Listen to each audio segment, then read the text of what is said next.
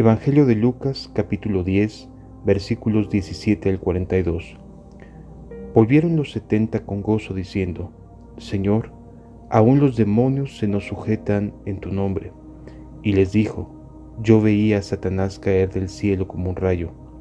He aquí, os doy potestad de hollar serpientes y escorpiones, y sobre toda fuerza del enemigo, y nada os dañará. Pero no os regocijéis de que los espíritus se os sujetan, sino regocijaos de que vuestros nombres estén escritos en los cielos.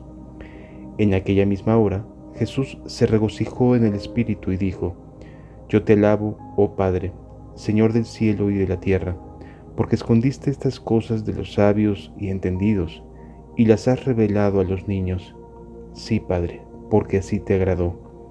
Todas las cosas me fueron entregadas por mi Padre, y nadie conoce quién es el Hijo sino el Padre, ni quién es el Padre sino el Hijo, y aquel a quien el Hijo lo quiera revelar. Y volviéndose a los discípulos les dijo, aparte: Bienaventurados los ojos que ven lo que vosotros veis. Porque os digo que muchos profetas y reyes desearon ver lo que vosotros veis, y no lo vieron, y oír lo que oís, y no lo oyeron. He aquí un intérprete de la ley se levantó y dijo, para probarle: Maestro, ¿haciendo qué cosa heredaré la vida eterna? Él le dijo: ¿Qué está escrito en la ley? ¿Cómo lees? Aquel respondiendo dijo: Amarás al Señor tu Dios con todo tu corazón, y con toda tu alma, y con todas tus fuerzas, y con toda tu mente, y a tu prójimo como a ti mismo. Y le dijo: Bien has respondido, haz esto y vivirás.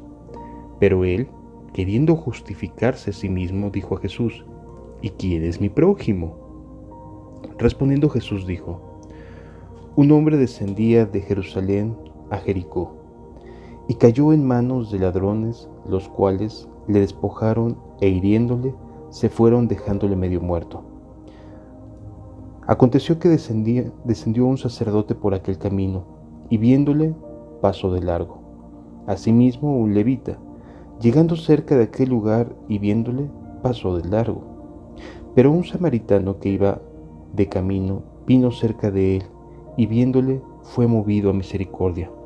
Y acercándose, vendó sus heridas, echándoles aceite y vino, y poniéndole en su cabalgadura, lo llevó al mesón y cuidó de él. Otro día, al partir, sacó 2 denarios y los dio al mesonero y le dijo: Cuídemele, y todo lo que gaste de más, yo te lo pagaré cuando regrese. ¿Quién pues de estos 3 te parece que fue el prójimo del que cayó en manos de los ladrones? Él le dijo: el que usó de misericordia con él. Entonces Jesús le dijo: Ve y haz tú lo mismo. Aconteció que yendo en el camino entró en una aldea, y una mujer llamada Marta, le recibió en su casa.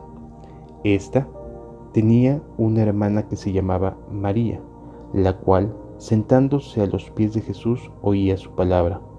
Pero Marta se preocupaba con muchos quehaceres, y acercándose dijo: Señor, ¿no te da cuidado que mi hermana me deje servir sola?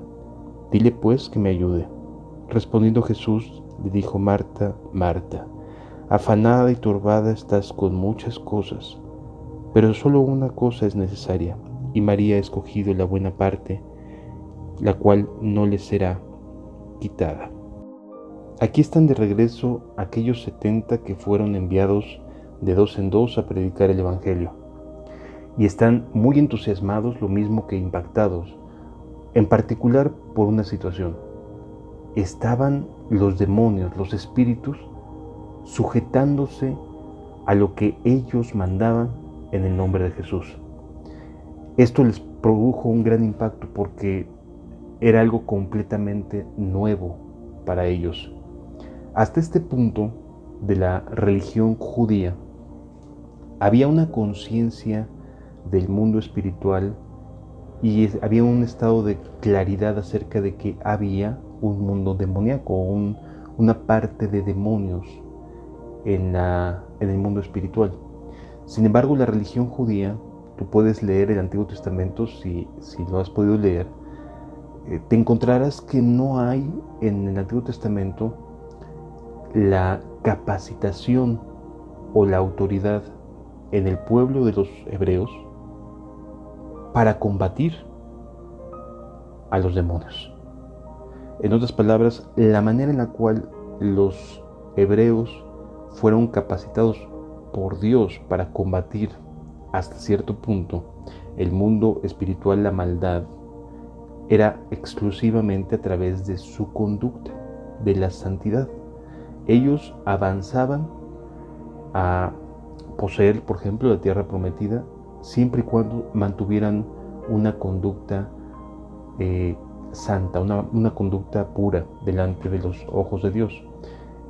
Mientras ellos tuvieran alguna cuestión, alguna cosa de la cual avergonzarse, algún pecado, este avance que tenían en la posesión de la tierra prometida se veía estorbado, se veía detenido.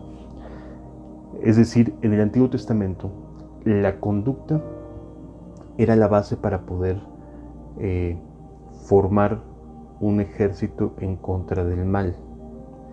En el Nuevo Testamento, además de la conducta, es decir, tenemos que mantenernos, los cristianos estamos llamados a ser santos, igual que nuestro Padre Celestial es santo, pero además existe una autoridad que no tenían en el Antiguo Testamento para poder echar fuera demonios y para poder sanar a los enfermos.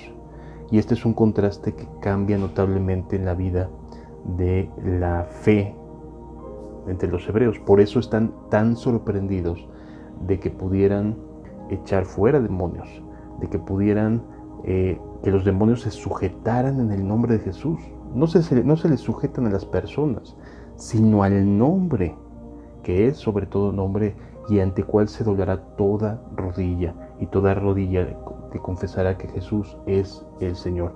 Entonces estamos hablando de que en el Antiguo Testamento solo contaban como herramienta su conducta, mientras que en el Nuevo Testamento, además de la conducta, es la autoridad que Dios da al cristiano para poder combatir o echar fuera demonios y que estos se sujeten a el nombre de Jesús. Jesús les dice en el versículo 18, yo veía a Satanás caer del cielo como un rayo. O sea, Jesús fue testigo de la caída de Satanás.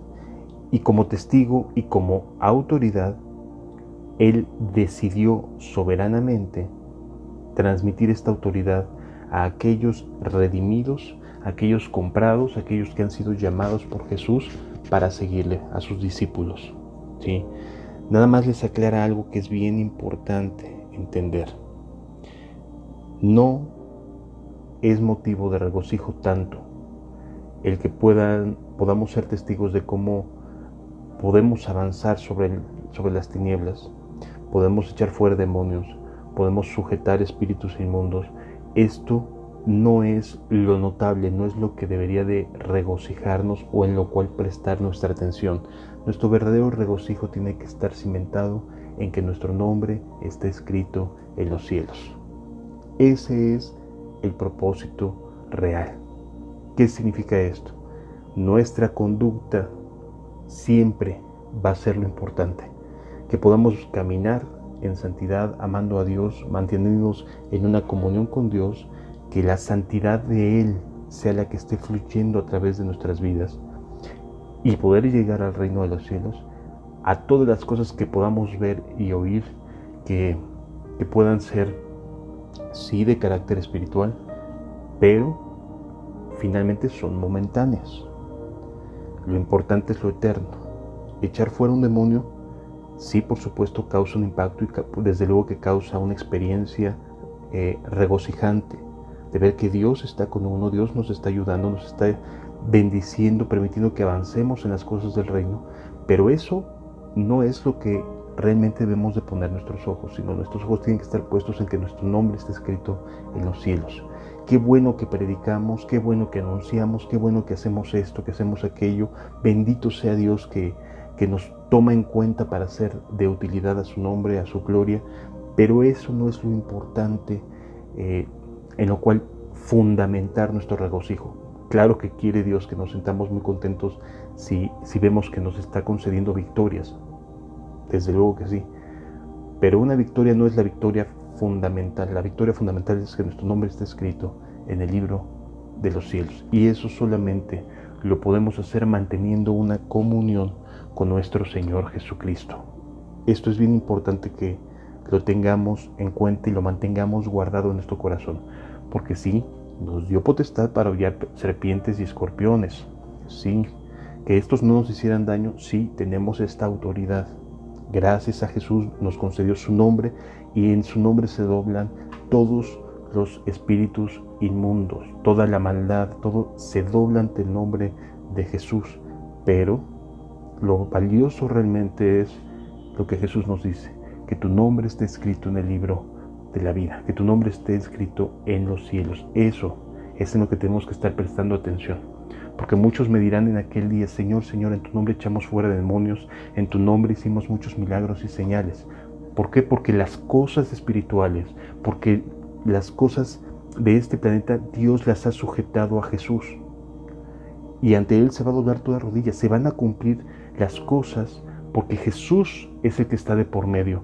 Por eso podemos ver hoy en día a personajes que hacen milagros, pero son falsos profetas. O sea, anuncian un evangelio falso y al mismo tiempo logran algunas cuestiones ahí de milagros o de sanidades. Yo sé que mucho tiene que ver un show, pero habrá algunos que sí vean milagros y sanidades y estén confiados en que van por el buen camino, cuando su mensaje es completamente diluido y completamente falto de un verdadero fruto de arrepentimiento. Pero es debido única y exclusivamente al nombre de Jesús. Olvidémonos de quién es la persona que lo invocó, que invocó el nombre de Jesús. Es exclusivamente el nombre de Jesús por el cual se dobla toda rodilla y toda lengua confiesa que Jesús es el Señor. ¿De acuerdo? Importante entender esto, porque seguramente muchas personas dicen: ¿por qué razón hay tantos falsos maestros y profetas, etcétera, que pueden estar haciendo algunas señales y milagros? Por el nombre de Jesús, porque Dios va a respaldar siempre a su Hijo. Pero no quiere decir que su mensaje sea transformador, que lo que estén compartiendo y estén haciendo cambie la vida de las personas, para que éstas puedan tener una relación y una experiencia de comunión permanente con Dios. ¿De acuerdo? Es importante entenderlo. Dios le da autoridad al nombre de Jesús. Es Jesús el que tiene la autoridad. Es su nombre por medio del cual se hacen las cosas, pero no quiere decir que esa persona tenga su nombre escrito en el libro de la vida. Por eso nuestro enfoque tiene que estar concentrado en que estemos teniendo comunión con Dios, que estemos en paz con Él, que Él esté con nosotros, que nosotros estemos con Él, y esto sí es lo realmente valioso. No pasó mucho tiempo de que Jesús se llevó a sus discípulos, cuando la gente que está necesitada, que tiene el anhelo que haya cambios en su vida, se entera de que Jesús se llevó a sus discípulos al desierto. Y estas personas, lejos de desanimarse por el calor que pudiera haber en el camino, por la falta de alimentos que pudiera existir en el lugar donde se fue Jesús a estar con sus discípulos, lejos de esto que los desanimara, los motiva y se van en masa a buscar a Jesús. Jesús está con sus discípulos, Jesús está disfrutando de las buenas nuevas, seguramente le están platicando sus experiencias, cómo les fue, porque esa es parte también de la vida íntima con Jesús. Compartir las cosas, agradecer, gozarse con el Señor, decirle: Padre, yo no sabía que podrías hacer esto, yo no sabía que que esperar y mira lo que hiciste. Y todas estas cosas están bendiciendo el alma de cada uno de nosotros cuando le reconocemos, cuando le hacemos nuestro Señor, cuando le ofrecemos la gratitud a través de nuestro corazón sincero en decir, es que esto nunca lo había visto, es que esto nunca lo había sentido, Señor, es que vi cómo había cierto rechazo y cómo cambió la actitud de la gente. Es decir, esta retroalimentación que Jesús estaba teniendo en estos momentos de intimidad era algo maravilloso que necesitamos aprender a tener nosotros también. Testificarnos unos a otros de cuán grandes cosas ha hecho Dios con nosotros, cuán grandes cosas hemos visto y oído. Este testimonio es parte del crecimiento espiritual. Es algo que necesitamos entender. Sin embargo, la gente la gente llega de momento ahí al desierto donde están teniendo este momento íntimo y Jesús los recibe. Y esto es maravilloso, hermoso en verdad, porque no me cansaré de admirar el gran amor que Jesús tiene por las almas que lo buscan. Los recibe. No importa que fuese un tiempo especial con sus discípulos, no rechaza a ninguna persona, sino que al contrario, los recibe. Qué maravilloso es nuestro amado Jesús. Qué maravilloso es su amor. Y eran como 5,000 hombres, hermanos. Y normalmente las mujeres son más entusiastas en las cuestiones espirituales. Pero aquí de mínimo eran 5,000 varones. Eso quiere decir que la multitud era mucho más, quizás el doble de personas. Era enorme y no los rechaza, sino que por el contrario nos dice la Escritura que allí en ese lugar desierto al que habían ido para buscar a Jesús, los recibió y les hablaba del reino de Dios y sanaba a los que necesitaban ser curados. Jesús no te va a rechazar. Jesús no te va a hacer a un lado. Jesús no hace acepción de personas. Y aunque pueda buscar momentos de intimidad con sus discípulos, siempre habrá alguien que necesite. Y algo que a mí personalmente me ha enseñado esta actitud de Jesús es que cualquier persona que se me acerca, que me busca para algún consejo, para alguna opinión, para que ore por él, etc., es una oportunidad para hacer el bien. Y mi corazón está aprendiendo aquí de Jesús que él nunca dijo no a nadie que necesitara ayuda. Esto mismo es lo que deseo como su discípulo. Nunca rechazar a nadie, porque cualquiera que se acerca es porque así Dios dispone que sea. Y no importa cuán malvado, cuán perverso, cuán apóstata parecía ser esa persona, si Dios lo acerca, si Dios tiene misericordia de aquella mujer que una vez lo conoció, pero se perdió y se fue al mundo e hizo lo malo delante de los ojos de Dios, pero un día Dios tiene misericordia de ella y se acuerda de esa persona y dice, ven, sígueme. Y de momento a mí, personalmente su hermano Abraham, llega alguien. La perspectiva personal que tengo es esta, de recibir a aquel que se acerca buscando de Dios, sin pedirle carta de no antecedentes penales, es decir, sin esperar que me cuente toda su vida o que me diga por qué razón se apartó. Eso será decisión de cada persona, si desea expresarlo, si no desea expresarlo. Para mí lo que cuenta es que están ahí porque Dios quiso que estuvieran ahí. Dios los trajo, Dios los acercó porque así lo permitió Dios. Y si el día de mañana alguien se aleja, también Dios lo permitió. Pero para mí lo más importante es el ejemplo que Jesús me enseña. Haz el bien. Si hoy están y mañana no está alguien, haz el bien. Ese es el anhelo que personalmente tengo como discípulo de Jesús y quiero seguir aprendiendo de mi Señor. Cuando un intérprete de la ley se da cuenta de que Jesús está contento con personas que no tenían los estudios que él tenía, que no tenían la capacidad que él sí tenía, Cuando este intérprete de la ley se da cuenta que Jesús está llenando los corazones y está produciendo gozo en los corazones de quienes no tenían suficientes estudios, de quienes no habían crecido a los pies de algún erudito, de algún teólogo, de quienes no tienen escuela o no tienen un discipulado ampliamente cristiano y que han ido a instituciones bíblicas y que llevan años en una congregación y que están en puestos y que son considerados para esto.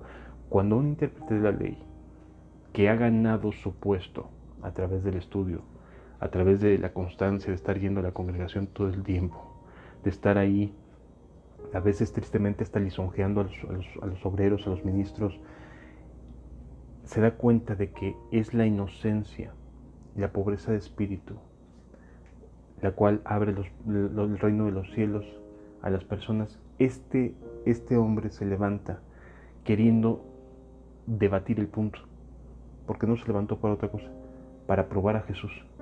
Él quería demostrar que se estaba equivocando Jesús y dándole falsas esperanzas a personas que eran ovejas, que no debían de ser considerados como alguien que fuese maestro, sino que ellos eran los maestros, ellos son los del conocimiento, y los otros son ovejas, son personas que solamente pueden escuchar. No es cierto, que quede bien claro, hermano. Todos somos llamados a ser gente que anuncie las virtudes de aquel que nos llamó de las tinieblas a la luz.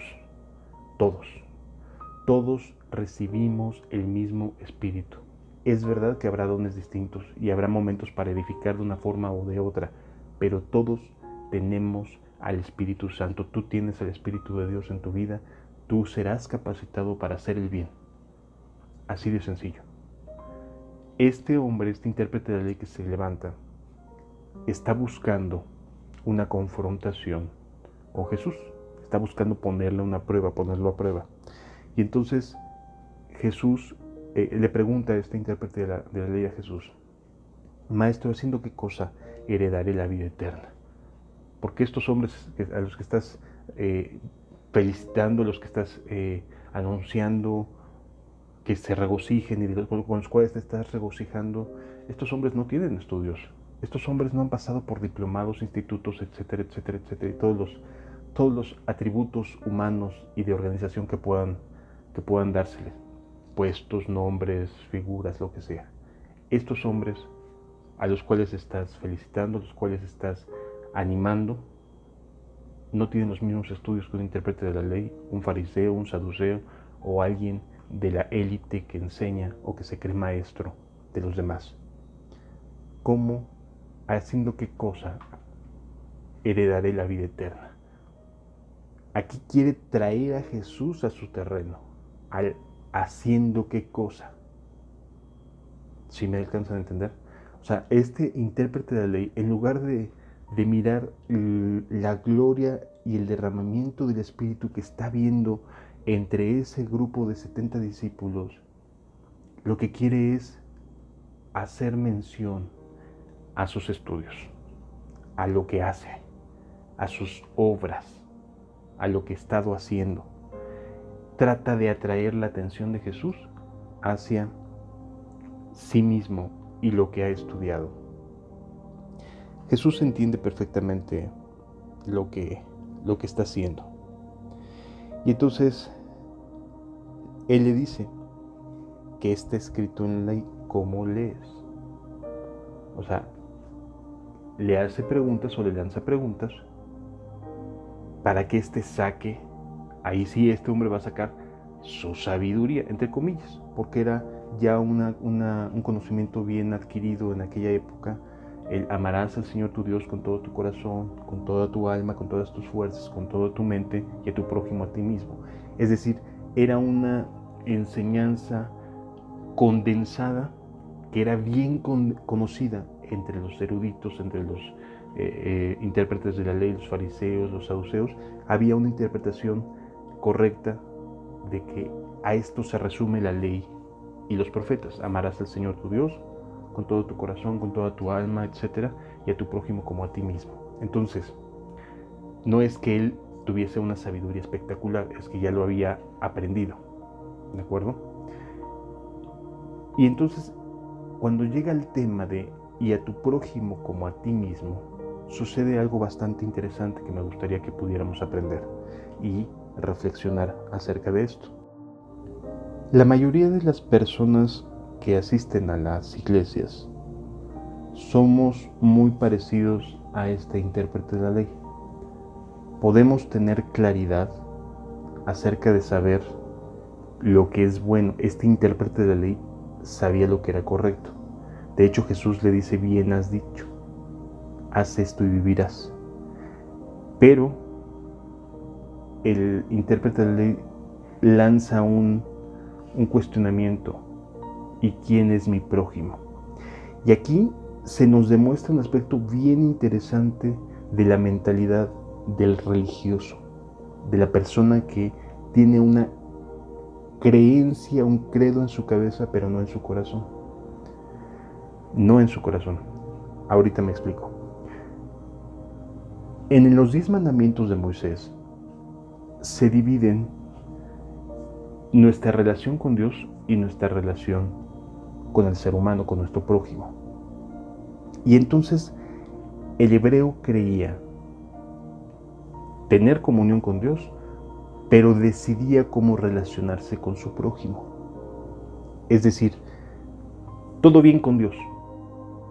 Tengo comunión con Dios, Dios ya me perdonó, yo ya soy salvo, yo esto, yo ya nací de nuevo, yo aquello. Es decir, todo bien con Dios. Amarás al Señor tu Dios con todo tu corazón, con toda tu mente, con todas tus fuerzas, etc. Todo bien con Dios. Estoy en paz con Dios. Es más, esto te lo puede decir. En cierta ocasión iba caminando por la calle y me detiene una persona que estaba intoxicada y me pide algo de dinero. Dije que no traía, lo bendije y me empezó a platicar acerca de que él estaba bien con Dios y que Dios y él eran casi uno, y entonces me empezó a decir y hablar de Dios como si estuviera respetando la parte de amarás al Señor tu Dios con todo tu corazón, con toda tu alma, con todas tus fuerzas, con toda tu mente. Pero en el momento en que le dije: ¿y qué haces por los demás? No es que me hicieron, es que me dijeron. Cambia cuando se aplica el y a tu prójimo como a ti mismo. La diferencia entre una mentalidad religiosa y un verdadero cristiano es justamente esto. Cualquier persona, hasta la que estaba intoxicada, como te platico, puede decirte estar en paz con Dios. Puede citarte textos bíblicos, puede acudir a la iglesia, puede ser un predicador, inclusive, puede ser ahora que hay la fama de que les encantan los nombres ostentosos y los puestos y los lugares que ocupan, etcétera. Puedes llamarte lo que quieras y decir: no, pues yo soy esto, yo en la iglesia soy diácono, y yo en la iglesia soy pastor, y yo en la iglesia soy evangelista, y yo soy profeta, y yo soy apóstol, y yo soy maestro, y yo lo que quieras ponerle de título. Hay una titulitis hoy en día en boga en el mundo evangélico. Y van a decirte que están bien con Dios. Ninguna persona difícilmente te va a aceptar que está mal con Dios. Pero la verdadera evidencia de estar bien con Dios es amar a tu prójimo como a ti mismo. Y aquí es donde la mayoría de las personas que solo tienen un credo o una religión van a romperse, van a tronar. Ahí se va a demostrar que realmente no están caminando con Dios. Porque la comunión con Dios genera amor. Dios te ama y este amor se desborda. Es inherente. Y este amor se desborda hacia tu prójimo. Y se desborda sobre quienes amas, desde luego, pero también sobre quienes te odian, y sobre quienes te desean mal, y sobre quienes te hacen injusticias, es decir, tu corazón cambia en tu relación con tu prójimo, si estás teniendo verdadera comunión con Dios. Y este intérprete de la ley, aunque sabía correctamente las cosas, no estaba demostrando en su relación con su prójimo que estuviera teniendo una vida verdaderamente de comunión con Dios. Su nombre no estaba escrito en los cielos. Yo espero que esto nos quede bien claro, hermano. Tu relación con tu prójimo nos enseña tu relación con tu Dios. Compréndelo, entiéndelo y medítalo. Cómo te relacionas con tu prójimo es como te has relacionado y te relacionas con tu Dios. Puedes decir que caminas en santidad y que nada te redarguye de pecado. Está bien. Nadie te debe de opinar contrario. Pero aguas, ten cuidado. Como te relaciones con tu prójimo, es como te estás relacionando con tu Dios. Es lo que estás aprendiendo de tu comunión. Y entonces, si en tu comunión, entre comillas, resulta que eres alguien juicioso con tu prójimo, que eres inmisericordia y que eres alguien que está señalando y que se queja de aquí, se queja de allá y que se la vive todo el tiempo emproblemado en sus relaciones con otras personas, con su prójimo, con sus seres amados, o sea, que ni en tu casa te toleren, perdón, pero eso te deja ver que tienes un problema en tu comunión con Dios. No estás caminando con Dios. No estás teniendo una vida cristiana, una vida de intimidad con aquel que estaría amándote y produciendo que tú amaras a todo el mundo. Yo espero que me esté dando a entender, amado. Estas personas que colocan etiquetas, que ponen sobrenombres, que menosprecian, que hacen acepción de personas, que dicen tú sí estás bien y tú no estás mal, que señalan, que juzgan, que critican, porque según ellos están muy bien con Dios, están mintiéndose a sí mismos. Porque nuestra vida con Dios nos generaría una vida de misericordia con nuestro prójimo. Y esto que está a punto de anunciarnos Jesús es la realidad, la evidencia más contundente que puede haber de una comunión con Dios, la misericordia. Lo que estamos a punto de entender es lo que debes de mirar en tu vida, si no has tenido comunión con Dios.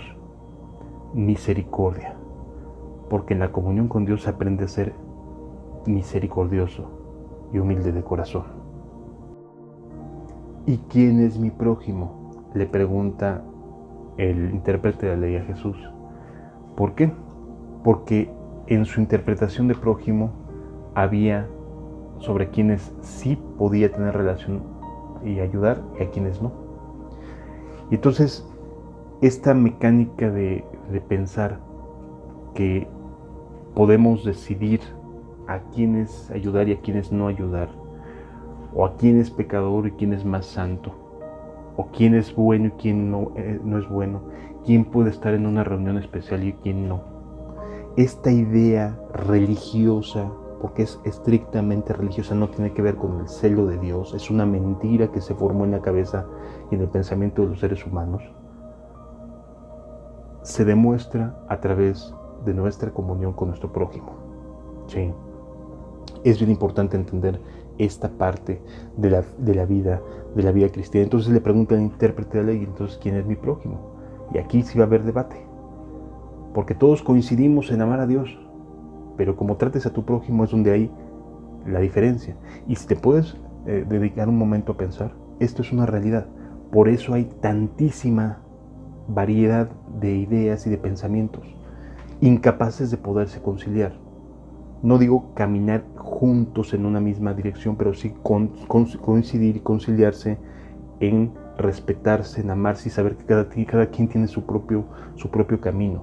Porque la obra del Espíritu Santo que está teniendo sobre mí no es la misma que está teniendo sobre otro ministro o sobre otras personas. Y yo respeto eso y no tengo por qué juzgar al criado ajeno.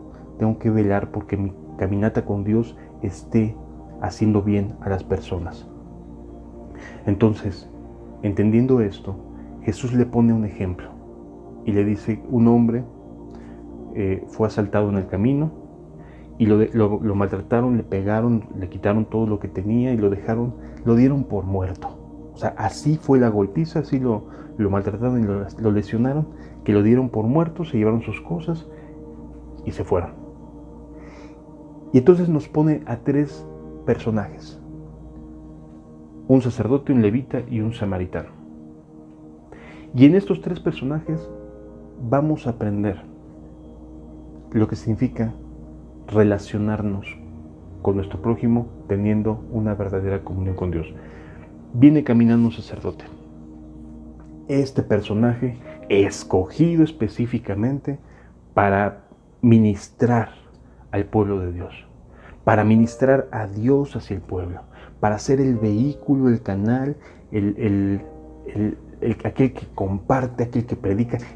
Hoy en día bien puede representar a los famosos apóstoles, profetas, pastores, evangelistas, o sea, personas que se asumen como quienes dan el mensaje. Y viene caminando, ¿sí? Y ve ahí el hombre que está tirado medio muerto. Y entonces la mentalidad del religioso que no tiene comunión con Dios como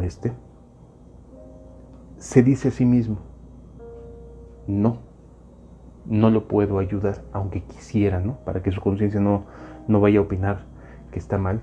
Quisiera ayudarte, pero no puedo, porque voy camino justo a la sinagoga, me están esperando, no puedo ayudarte.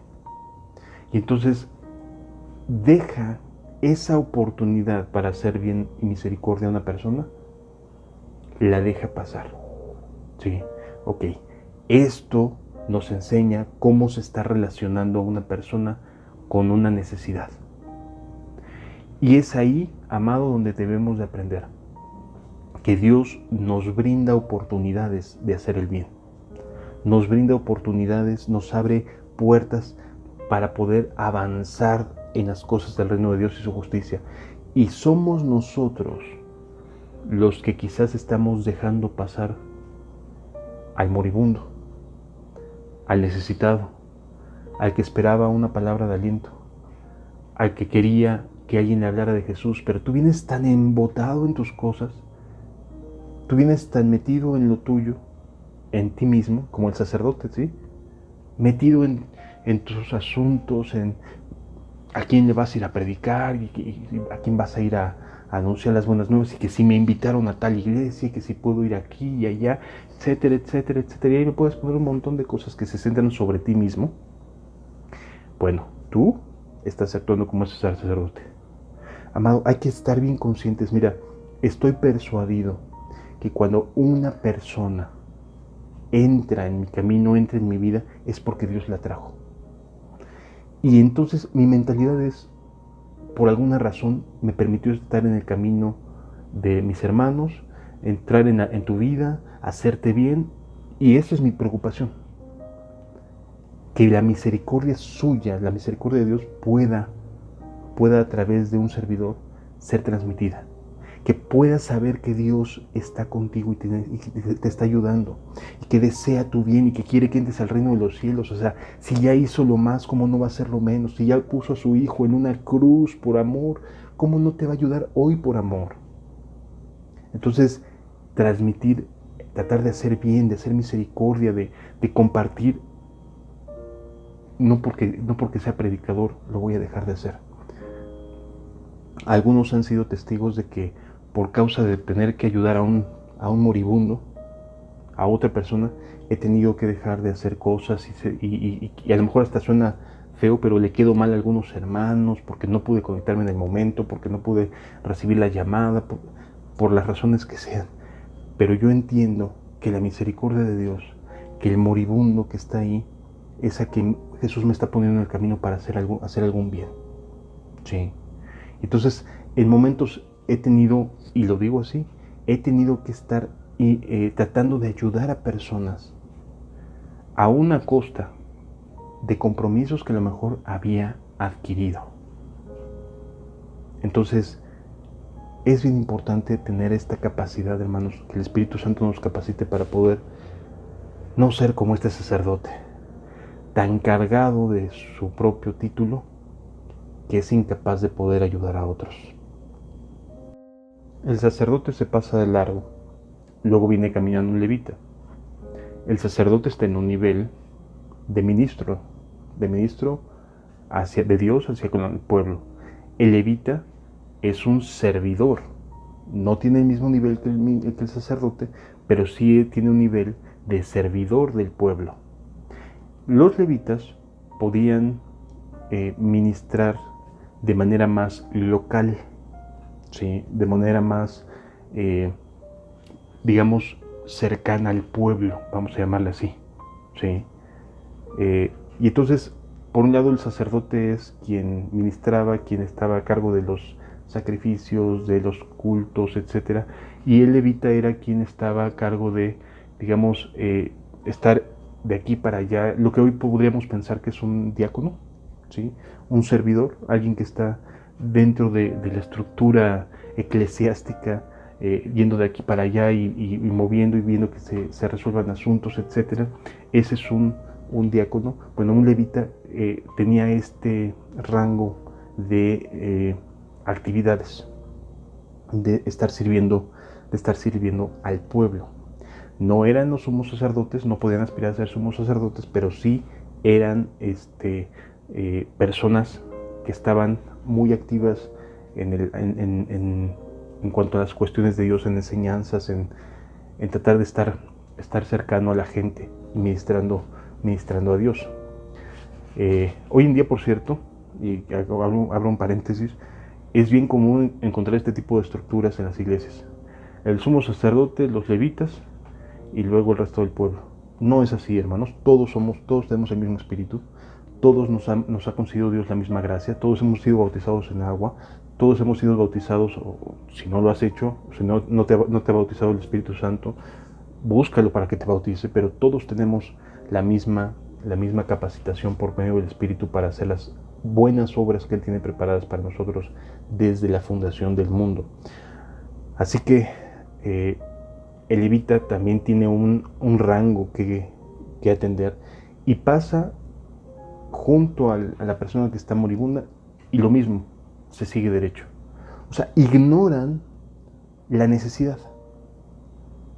Pero eso sí, tienen mucha comunión con Dios. Estos son religiosos, es lo que Jesús nos está queriendo decir. ¿Sí? Estos dos son religiosos, no tienen comunión con Dios. Pero llega un samaritano, alguien que desde el punto de vista del religioso no es cristiano, no es alguien que, digámoslo así, que fuera de su mismo nivel, de su misma capacidad, de su misma educación, ni tampoco de su mismo conocimiento de Dios. Entonces, este hombre, ¿sí? Sí ve al que está moribundo y se baja de su cabalgadura y lo empieza a atender y empieza a curar sus heridas y empieza a ver si está vivo, qué está pasando, o sea, ayudar. Y la principal propósito que tiene este hombre de inicio es salvarle la vida. Estaba agonizando el que había sido asaltado, sí, estaba agonizando. Y entonces empieza a curar sus heridas y si había alguna herida que estuviera, porque estuviera brotando mucha sangre, la tapó, o sea, buscó salvarle la vida. Buscó salvarle la vida. Eso hace la misericordia. Busca hacer bien y salvar la vida. Entonces, trata de tapar las heridas, o sea, se moviliza, actúa y empieza a usar de sus recursos con este fin. Es decir, el samaritano no tiene problemas con lo que, ni con el título, ni con el nivel que tiene, ni con la creencia que tiene de que está bien con Dios. Él actúa a través de buscar hacerle bien a su prójimo. Y entonces lo sube a su cabalgadura, lo lleva al mesón y está en un estado ya de aturdimiento, está en un estado grave, de shock la persona herida, y entonces lo cuida, lo trata de mantener ahí, se mantiene cuidándolo porque dice que pasa algunos días. Y entonces le encarga, tiene sus cosas que hacer y entonces le dice al mesonero, te dejo para que le puedas seguir ayudando, yo voy a regresar y voy a cuidar. O sea, asumió la responsabilidad de ayudarlo desde que lo vio tirado hasta que lo vio reincorporado. Esa es misericordia. Misericordia no es darle unos centavos a alguien, amado. Misericordia es hacerte responsable de las almas, hacerte responsable de que algo funcione para la gloria de Dios, para hacer el bien. ¿Sí? Eso es misericordia, hacer el bien, independientemente de quién se trate. A este samaritano no le importó si este que fue asaltado era judío, porque había choque entre los judíos y los samaritanos. No le importó eso. No le importó lo que hubiera sucedido antes. Si a lo mejor era un vecino suyo y se habían peleado y en ese momento había una necesidad y se acercó y fue movido a misericordia y ahí atendió hasta que estuvo bien. Eso es misericordia. Misericordia es hacer el bien, amado.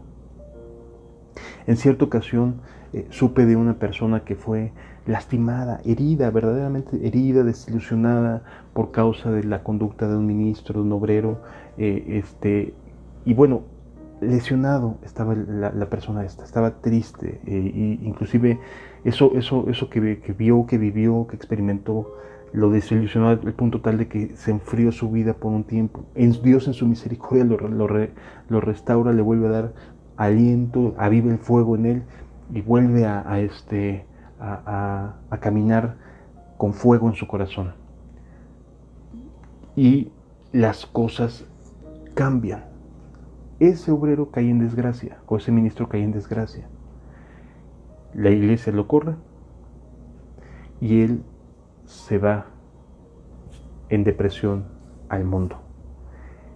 Se lo encuentra este personaje de quien te hablo y lo trata de ayudar.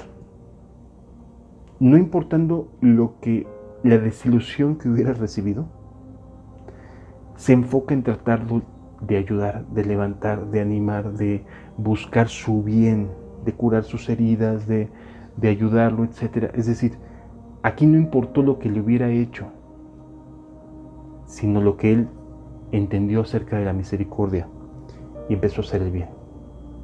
Y entonces aquí la pregunta es, ¿qué estás haciendo? ¿Te estás creyendo cristiano o estás haciendo algo a favor de tu prójimo? ¿Te estás nada más creyendo cristiano y estás diciendo yo estoy bien con Dios y yo estoy en paz con Dios? ¿O estás realmente haciendo algo a favor de la gente? Es algo que sí debes de tomar en cuenta y considerar. Cuando termina este ejemplo, Jesús le pregunta, ¿cuál te parece que es el prójimo de la persona que ha afectada? Y dice, pues el que obró con misericordia. Pues ve tú y haz lo mismo. O sea, yo soy el prójimo, yo soy el que puedo dar. No tengo que esperar que alguien más me ayude. Soy yo el que tengo que buscar hacer el bien a mi prójimo. ¿Sí lo alcanzamos a entender, hermano? Aquí no se trata de es que me hicieron, sino más bien de lo que yo puedo hacer a favor de los demás. Y esto es lo que cambia la vida cristiana. Y aquí es donde se abre la diferencia entre ser simplemente un religioso, alguien que tiene una creencia, que tiene un conocimiento correcto de las cosas, y realmente estar caminando con Dios. Porque en este caso, el prójimo es el que hace bien, es el que busca hacerle bien a las personas. Lo que Jesús aquí te está queriendo decir y me está queriendo decir, hermano, es: yo soy el que debo de hacer bien. No tengo yo que esperar que me hagan bien. Espero que esto te quede bien claro, porque si tú eres de las personas que te la vives quejándote de todo, porque no se hace conforme tú lo dices o tú lo piensas, porque consideras que te están fallando, y eso te lo crees y te hace reaccionar, eso significa, mi amado hermano, que no estás teniendo comunión con Dios. Porque el que tiene comunión con Dios es el prójimo del necesitado, es el prójimo del que necesita de ayuda, es el prójimo del que necesita misericordia. Y si tú eres el que estás diciendo es que no me ayudan, no me hacen, no me tienen en cuenta, me dejan solo, etcétera, etcétera, y empieza como a victimizarse y se cree cristiano, pues la verdad es que en ese momento no está teniendo comunión con Dios. Si la tuvo, no lo sé, no me toca ni juzgar, pero en ese momento lo que está demostrando con todas sus quejas, con todas sus amarguras, con toda su forma de hablar, es que no está teniendo comunión con Dios. Se separó en algún momento de él, pero no está teniendo comunión con Dios. Es importante poder terminar diciéndote, cuando menos acerca de del samaritano, que el samaritano es quien representa el que tiene una relación con Dios, que no tiene que ver con estirpes, no tiene que ver con funciones, no tiene que ver con títulos, no tiene que ver con posiciones eclesiásticas y a qué grupos vas, etcétera, etcétera, y todos los rollos que se ha inventado esta institución humana, ¿sí?, a la que se le ha llamado equivocadamente iglesia, porque la iglesia de Cristo está haciendo la voluntad del Padre que está en los cielos, está ayudando a la persona que está herida y que está lastimada, en lugar de estar siendo nada más alimentada como oveja engordada ahí en un templo sentada. La iglesia de Cristo está trabajando. La iglesia de Cristo hace el bien. La iglesia de Cristo está haciendo la voluntad del Padre que está en los cielos.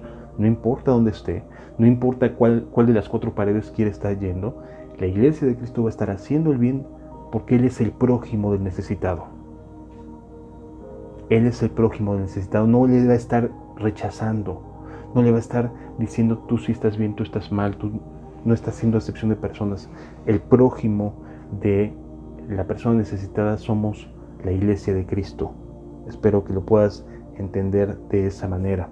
Entonces, hermano, hermana, así Jesús le enseña y nos enseña a nosotros qué es lo que realmente importa en la vida de fe cristiana: la misericordia con nuestro prójimo. Todos podemos decir tener comunión con Dios, pero se refleja en cómo tratamos a nuestros semejantes. Es bien importante entender esto. Para concluir, nos dice Jesús que camina, ya termina este evento, camina y es invitado a casa de Marta, una persona a la cual era conocida. Tanto ella como su hermana María y su hermano Lázaro eran conocidos de Jesús, son invitados a su casa. En este caso, la casa es la casa de Marta, ella es la anfitriona, y entonces nos da otra enseñanza nuestro Señor Jesús aquí. Y esta enseñanza es de vital importancia. Necesitamos aprender a dejar de estar afanados como lo estaba Marta, turbados, y aprender a sentarnos a disfrutar de la presencia de Jesús. Este es un llamado a todos aquellos que tenemos actividades cristianas, que estamos buscando el reino de Dios y su justicia.